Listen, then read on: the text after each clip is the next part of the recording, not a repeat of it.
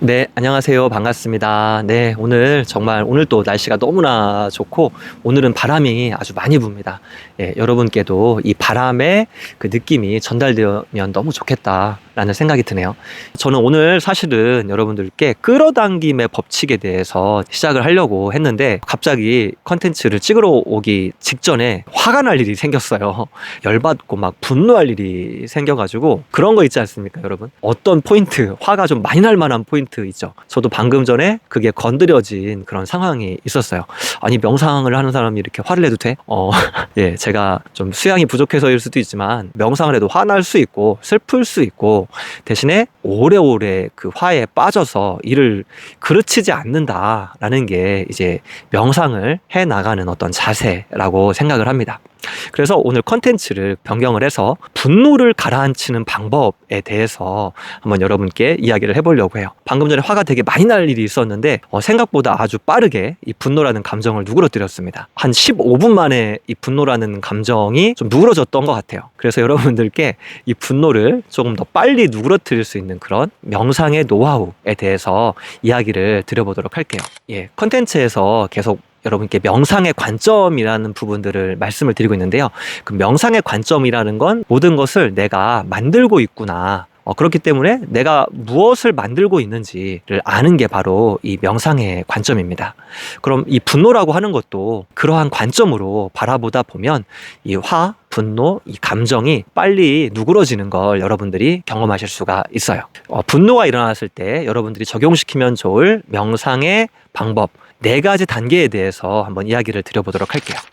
일단 0단계는 이제 이미 분노가 일어난 상태죠. 누군가에 의해서 어떤 상황에 의해서 화가 확 올라온 상태입니다. 예, 이게 0단계고요. 네, 1단계는 감정을 가만히 바라보는 단계입니다. 감정에 푹 빠져가지고 막 누군가가 막 믿고 싫고 하는 그런 마음이 막 올라오고 속에서 막 욕이 나오고 하는 그 단계가 이제 0단계라고 하면요. 1단계는 거기에다가 더 무슨 소리를 하지 않고 막 올라오는 그 감정, 막 열받음, 그걸 가만히 그냥 내가 느끼는 겁니다. 이 1단계도 사실은 생각보다 쉽지는 않습니다. 그런데 여러분들이 하다 보면 돼요. 이런 관점으로 생각해 보시면 좋을 것 같아요. 내가 막 누군가에게 욕을 하고 어쩌고저쩌고 해가지고 해결되는 일은 별로 없죠. 내가 그렇게 안 그러면은 막 속이 터져서 죽을 것 같은데 생각보다 안 그래도 속이 터지지 않고 죽지 않습니다. 그래서 1단계를 여러분들이 한번 해보시길 권해드려요. 더 누군가에 대한 원망, 욕 이런 거를 하지 말고 화가 나오는 그 상태를 가만히 느끼고 계신 겁니다. 예, 그렇게 여러분들이 바라보시다 보면 감정이랑 화가 더 커지지 않고 분노의 그 에너지 상태로 머물러 있는 걸 여러분들이 느끼실 수가 있어요. 그래서 이제 1단계 감정을 가만히 느끼는 걸 계속 지속하다 보면 이 감정이 더 커지지 않고 그 감정이 그냥 그 크기만큼 그만큼 느껴지게 돼요. 1단계를 좀 시간을 갖고 느끼시다 보면 이제 2단계를 적용을 하실 수가 있습니다. 그럼 2단계는 뭐냐? 명상의 관점으로 이 감정에 대해서 생각을 해보는 겁니다. 내가 이 감정을 왜 만들고 있을까를 가만히 한번 스스로에게 물어보는 게 바로 이 2단계예요.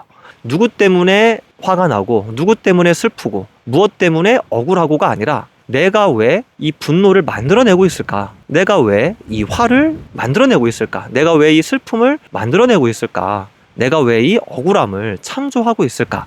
하는 관점으로 한번 가만히 생각을 해보는 겁니다. 이거는 좀 연습이 필요해요. 여러분들에게 처음부터 이 방법이 이렇게 딱 되어지진 않습니다. 2번 연습하고 3번 연습하시다 보면 조금씩 그럴 수도 있겠네? 라고 하는 생각이 드는 게 바로 이 2단계입니다. 3단계는 내가 만들어내고 있는 이유를 아는 겁니다. 예, 내가 만들어내고 있는 이유가 있어요. 왜냐? 내가 거기에 대한 기준이 있기 때문에 나는 그런 감정을 만들어냅니다. 이 기준이라는 건 또 다른 말로는 에고라고 표현할 수도 있고요. 고정관념이라고도 표현할 수도 있고, 이 기준이 있기 때문에 그런 감정이 만들어지는 거거든요. 나는 이렇게 해야만 한다. 이건 이렇게 해야 돼. 라고 하는 기준이 있기 때문에 그렇게 되지 않는 상황을 내가 맞닥뜨리면 불편한 마음이 드는 겁니다. 방금 전 같은 경우 저도 처음에는 저의 기준이 보이지 않았어요. 그냥 화가 막 이미 나 있었죠. 근데 가만히 1단계, 2단계 화를 있는 그대로 그 감정을 느껴보고 내가 왜 이 화를 지금 만들고 있지? 라는 생각을 하다 보니까 이 3단계에 도달을 했습니다. 그래서 내가 만들어내고 있는 기준이 뭘까? 저 같은 경우엔 그랬어요. 이거는 이렇게 하면은 똑같이 일을 그르치게 될 거야. 그런데 똑같이 또 반복하고 있어. 이걸 왜 저 사람들은 모를까라고 하는 이런 기준이 저한테 있었어요.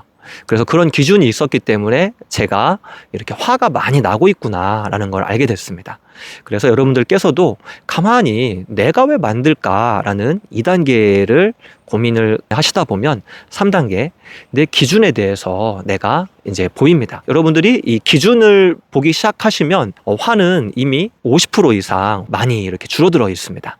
분노나 어떤 슬픔의 감정이 내가 만들었다라는 걸 조금씩 내가 이해가 되기 때문에 감정이 많이 누그러져 있어요. 한 50% 정도는 이미 누그러진다고 보시면 됩니다. 3단계에서 내가 기준으로 만들고 있구나라는 것을 내가 온전히 이해하게 되면 이제 4단계로 넘어갈 수가 있어요. 4단계로 넘어가게 되면 거의 이제 감정, 그 화라는 감정은 많이 누그러진 상태입니다. 4단계는 어떤 단계냐면 어떻게 이걸 해결할 수 있을까에 대한 고민으로 바뀌게 돼요. 제일 처음에 감정이 올라왔을 때는 원망의 감정이었다면 이 4단계까지 가서는 이제 어떻게 이걸 그럼 해결할 수 있을까? 라고 하는 고민의 단계로 넘어가게 됩니다. 상대방은 대부분 그런 기준을 안 갖고 있겠죠. 그렇게 해야 된다라고 하는 생각을 아예 안 하든지 아니면 반대 기준을 갖고 있을 수도 있습니다. 그냥 감정을 그냥 내게 되면 일을 안 하고 일을 또는 그르치게 되겠죠. 그런데 감정을 그냥 내버리는 게 아니라 이 부딪힘을 통해서 상대방을 알게 되고 그러면 이 4단계로 가면 이제 상대방을 그럼 어떻게 이해시키고 어떻게 설득시킬 수 있을까? 내가 생각하기에는 이렇게 해야 이 일은 된다고 생각을 하는데 이렇게 해야 맞다고 생각하는데 상대방은 그런 생각을 안 갖고 있으니 나는 어떻게 설득을 하면 될까? 라고 이 생각이 바뀌게 됩니다. 그래서 이 4단계까지 넘어가게 되면 원망에서 고민으로 바뀌기 때문에 감정이 거의 다 누그러뜨려집니다. 저도 지금 감정이 거의 다 누그러뜨려졌어요. 한 30분 만에 막 엄청 분노를 했다가 고민으로 바뀌었습니다. 이분들이 잘 모를 수 있으니까 이거는 이렇게 하는 게 좋을 것 같다라고 설명을 해야 되겠구나. 잘 모르니까 알려드려야 되겠구나 라고 하는 생각으로 이렇게 바뀌었습니다. 예, 여러분들 이 4단계에 대해서 잘 이해가 되시나요? 4단계까지는 자주 반복을 하셔야 됩니다. 명상적으로 내 삶을 접근하는 방식에 대해서 좀 익숙하지 않으신 분들은 처음부터 잘 되진 않아요.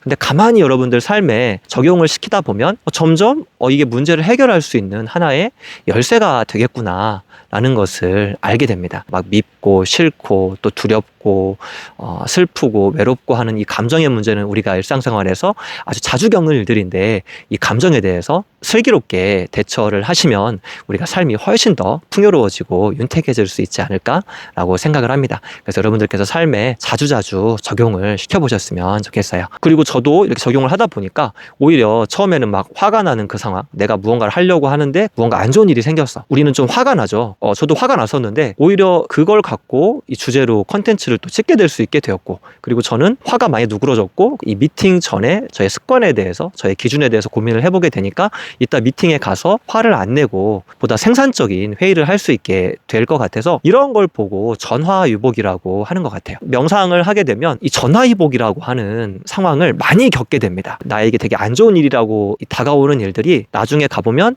다 나를 위한 일이었구나, 다 나에게 필요한 그런 시간이었구나 라고 느끼는 경우가 되게 많게 돼요. 명상의 관점으로 보게 되면 삼재가 아니다, 전화위복이 되는 하나의 기회가 된다 라고 하는 그런 컨텐츠를 한번 제작해 보도록 하겠습니다. 네, 여러분 들어주셔서 감사합니다.